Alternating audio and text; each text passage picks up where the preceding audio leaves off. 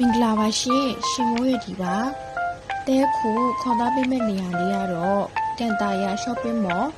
ညီတက်မှာရှိတဲ့မြဒါလီအထည်ဆိုင်လေးပဲဖြစ်ပါတယ်မြဒါလီအထည်ဆိုင်လေးကတော့အမျိုးသားအမျိုးသမီးကိုအမျိုးမျိုးကိုလက်လီလက်ကရောင်းချပေးနေတဲ့အထည်ဆိုင်လေးပဲဖြစ်ပါတယ်ဆိုင်လေးမှာဆိုရင်တော့လူကြီးဝတ်ကောကလေးဝတ်ပါဝယ်လို့ရပါတယ်ကလေးဝတ်လေးတွေကလည်းအရင်ကမှလှပါတယ်တဲခုကင်ထားတဲ့ဘောင်းမလေးတွေကဆိုရင်အပြင်မှာပို့ပြီးတော့လှပါတယ်မြဒါလီအထည်ဆိုင်လေးမှာဆိုရင်တော့ဒီဇိုင်းမျိုးစုံရတဲ့အပြင်အယောင်ဆန်းလေးတွေရှားတယ်ဆိုတဲ့အယောင်လေးတွေကစအစုံအလင်ရရှိနိုင်ပါတယ်ယောက်ျားလေးကိုတီရှပ်တွေဆိုရင်လည်းအသားလေးကအေးပြီးတော့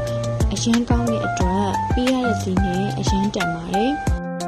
ဒီတီရှပ်လေးဆိုရင်2000ခွဲပဲရှိပါတယ်ရှင်တီရှပ်အသားလေးကိုကန်ကြည့်လိုက်တာနဲ့အသားကောင်းတဲ့တူတာပါတယ်ယူရီးယားမိတ်တီရှပ်လေးကိုအယောင်မျိုးစုံဒီဇိုင်းမျိုးစုံရရှိနိုင်ပါတယ်အထည်တွေရဲ့ quality ကလည်းစိတ်ချရတဲ့အတွက်တဲက recommend ပေးပါတယ်